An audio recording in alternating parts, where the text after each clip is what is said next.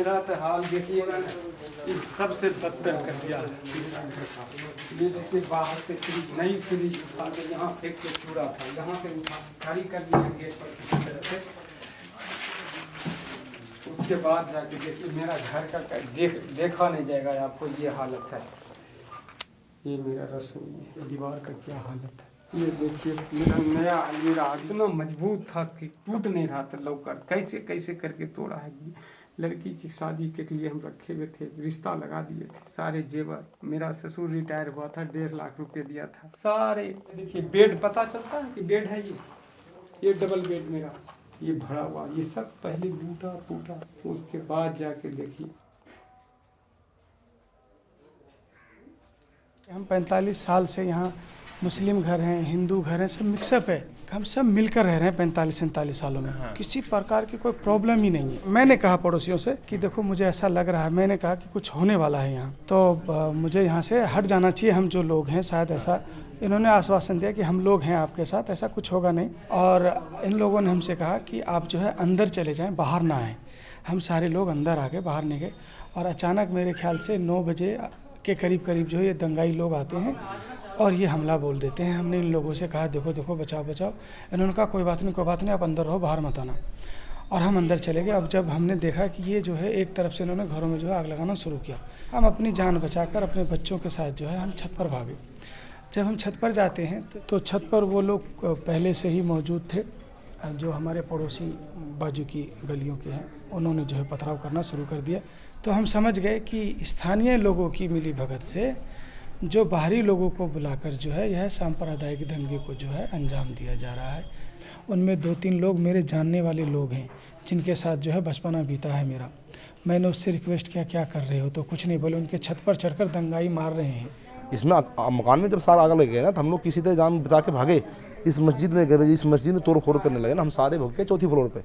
Floor के सामने इधर एक ऊंची बिल्डिंग है, ये सामने देख सकते हो ऊंची बिल्डिंग है, इसके ऊपर से पेट्रोल बम मारने लगे। तो हम बोला मुल्लो बोलो जय श्री राम। मैंने कहा जय श्री राम, मैं मुसलमान हूँ, मैं मुसलमान ही रहूँगा, तुम कितने बुलवा लो हम बोल देंगे, मस्जिद को आग मत लगाओ। बोला जय जय श्री राम, मैंने बोल दिया, हाथ भी जोड़ दिया। जोड़ने के बाद इस पर जब पेट्रोल बम मार दिया ना सर, तो मैं बोला भाई मत मार। उसने पिस्टन चला दिया। फिर प्रशासन के सामने में फायरिंग कर रहा है, ये भी सोचने की बात है। खाकी वर्दी में, लेकिन जींस पैंट में जींस, पैंट खाकी नहीं, पैंट में जींस और शर्ट में वो जो होती है दिल्ली पुलिस की खाकी, और उसके ऊपर वो बचाव वाली नहीं आती जो मतलब कुछ लग जाए तो बचाव वाली, वो हेलमेट दिल्ली पुलिस की, लेकिन जींस सबों ने जींस पहन रखी है। कम से कम 20-25 पुलिस वाले हैं खाकी वर्दी में। ये चला कौन गोली रहा है? जब गोली चला था हम लोग इसी डर में आ गए कि हम लोग अब बचेंगे नहीं। ऐसे हालात में निकले, जान मेरा यहाँ अटका हुआ था। जितने घर हैं ये मोमडन मुस्लिम, सब में आग लग गई और सब में धुआं गया, सांस लेना मुश्किल हो गया। यहाँ औरतें वहाँ औरतें। हम तकरीबन 200 से ऊपर लोग थे, 250 लोग थे। हम लोग यहाँ फंसे हुए हैं, पुलिस को फ़ोन करते हैं तो पुलिस 100 नंबर से ये हमें जवाब मिलता था 5 मिनट में आ रहे हैं, 5 मिनट में आ रहे हैं, 5 मिनट में आ रहे हैं। ऐसे करते करते कई बार वो भन्ना कर कहते थे कहाँ से लाएंगे हम इतनी फोर्स, हमारे पास इतनी फोर्स नहीं, कहाँ से लाएंगे हम इतनी फोर्स। 10:25 पे हम कॉल करना शुरू कर दिए। शुरुआत 10 बजे से हुई थी, सुबह 10 बजे से, लेकिन 10:25 पे हम कॉल शुरू करनी इसलिए कर दिए सर कि हमें डाउट था कि ये हम मरने वाले हैं। अगर प्रशासन हम कॉल किए सर ऐसे ऐसे स्थिति है इस गली की, अगर उस समय प्रशासन, जितना प्रशासन अभी रोड पे है, इतनी प्रशासन इस गली में इस रोड पे होता सर, आग लगने का सर मतलब ही पैदा नहीं है। दिन दहाड़े आग लग रही है कॉलोनी के अंदर, दिन में, रात में लगती तो खैर शायद बचते भी एक आदमी नहीं, दिन में आग लगना मामूली बात नहीं सर। दिन में 10:15 10:30 के लपेट में जमने के इसी पार की यह हाल है। दिल्ली तो वो भी है, इधर 6 नेता है बीजेपी के था 6, 5 या 6 इधर नेता है बीजेपी की, जमुना के इस पार ये हाल है। कोई नहीं फ़ोन करके पूछ रहा, कोई मोहल्ले में नहीं आ रहा। कपिल मिश्रा ही था पहले आम आदमी पार्टी का, वही था हम लोग फुल सपोर्ट के साथ उसको हम लोग जिताए थे सर। कपिल मिश्रा तो नेता को मेरा बुरा वक्त में तो जो खड़ा हो वही नेता तो क्या है, उस वक्त क्या बोलता था, लगता था कितना प्रेम है, कितना भाव है, ये सब वाकई ये सब नेता है। और पार्टी बदलने से ऐसी बोल कि पूरे भारतवर्ष को जला दो, दिल्ली जो हिंदुस्तान का रूह है उसको जला दो। बीजेपी की तरफ भी हम लोग रुख कर रहे थे कि जो तरक्की देश का करे, कुछ ऐसी मामला में तो लग रहा था कि मोदी जी भी ठीक है।